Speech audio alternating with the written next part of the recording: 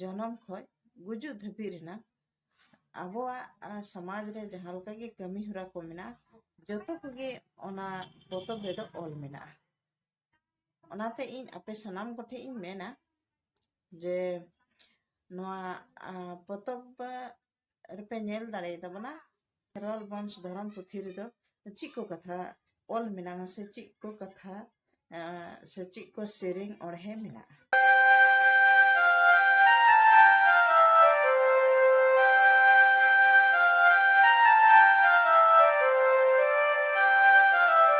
जोहार के पे जतो को सता ज्ञान ऑफिशियल चैनल पे जतो को सेगुन दाराम तेहिन इन यार मिटे नवा वीडियो इंगू का तबना तेहिन नवा वीडियो दो नवा कन तबना जे मिटेन अब नवा सावता समाज रे मिटांग खेरवाल वंश धर्म पुथी ᱧᱩᱛᱩᱢ ते मिटांग आबोआ पुथी तैयार कना तो ओना पुथी रेदो अडी आयमा लकान कथा मेनांगा अडी आयमा लकान ना ओढ़े सिरिंग मेनांगा आर आबोआ समाज रे चिलिका अरिचली मेनांगा ओना को जतो ओना पुथी रे ऑल मेना आदो इन आपे सनाम ठेक खय नोइन मेना जे आपे ओना को पोतब रेपे नेल दाड़े तबना मेनते चिलिका कते आबोआ समाज रे अरिचली को बेनाव अगू का सदाय खन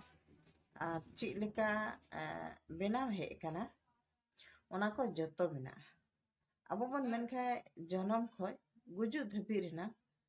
आबोआ समाज रे जहां लेका गे कमी हरा को मेना जतो कोगे ओना पोतब रेदो ऑल मेना ओनाते इन आपे सनाम कोठे इन मेना जे नोआ पोतब रेपे नेल दाड़े तबना आर जहां पोतब रे बापे नेला से पोतब रे पढ़ा बांग बड़ाय होर लगी थोड़ा दिक्कत गया चेदा जे ओना पढ़ाव आय तबे ते बुझेव दाड़े तो नोआ वीडियो रे आपे पे बुझेव दाड़े तबना इन ओना पोतब रेना चिलिका ऑल मेना आबोआ समाज इदी कते आबोआ सावता इदी कते तो ओना इन वीडियो लेकाते इन आपो तलातिन अगुया आर इन लय सदर बना मेनते नोआ समाज रे से नोआ आबोआ सावता समाज रे जहां दो नोआ पोतब रे ऑल कना ओना लेका इन आबो तलातिन अगुया आर इन लय आबोना आदो ओनाते आपे सनाम कोठे इन नोइन मेना जे जहां कोठे नोआ पोतब पेनांगा तो मातो अडी नापाय गया चेदा से नोआ पोतब दो नोआ गोटा दिसम गिना फैलेव कना से फसनाव का ओना तिन इन मेना पासे उनका अडिगान हर कोठे हो मेना गया आदो जैसे बन मेना नहीं मेन के लगा जहां पढ़ाव बड़ाया उनी मा तो पढ़ाव दाड़िया लेकिन पढ़ाव बांग बड़ाय हर दो कम से कम वीडियो नेल कते तो बन बुझ नाम दाड़िया कि नोआ आबोआ खेरवाल वंश धर्म पुथी रेदो ची को कथा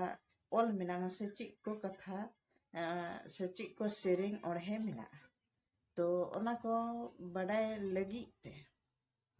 आपे नोआ इᱧang चैनल नोआ सावता ज्ञान ऑफिशियल चैनल सब्सक्राइब कताबन पे ताकि आपे नवा नवा ना वीडियो पे नाम तबना नोटिफिकेशन हो दबाव कताबन पे घंटी ताकि आपे ठेन नवा वीडियो इन डलाव खान आपे तलाते हे सेटेल तो मतबे खान जुदी आपे नवा आबो समाज रे से सावता रे कथा पे मेना जहाटा पुथी रे ऑल कना ओना लेकाते लय सदर खान कमेंट बॉक्स रे लय तबन पे यार तो मतबे खान वीडियो मुचे केदा जतो कोगे मुचे जोहार।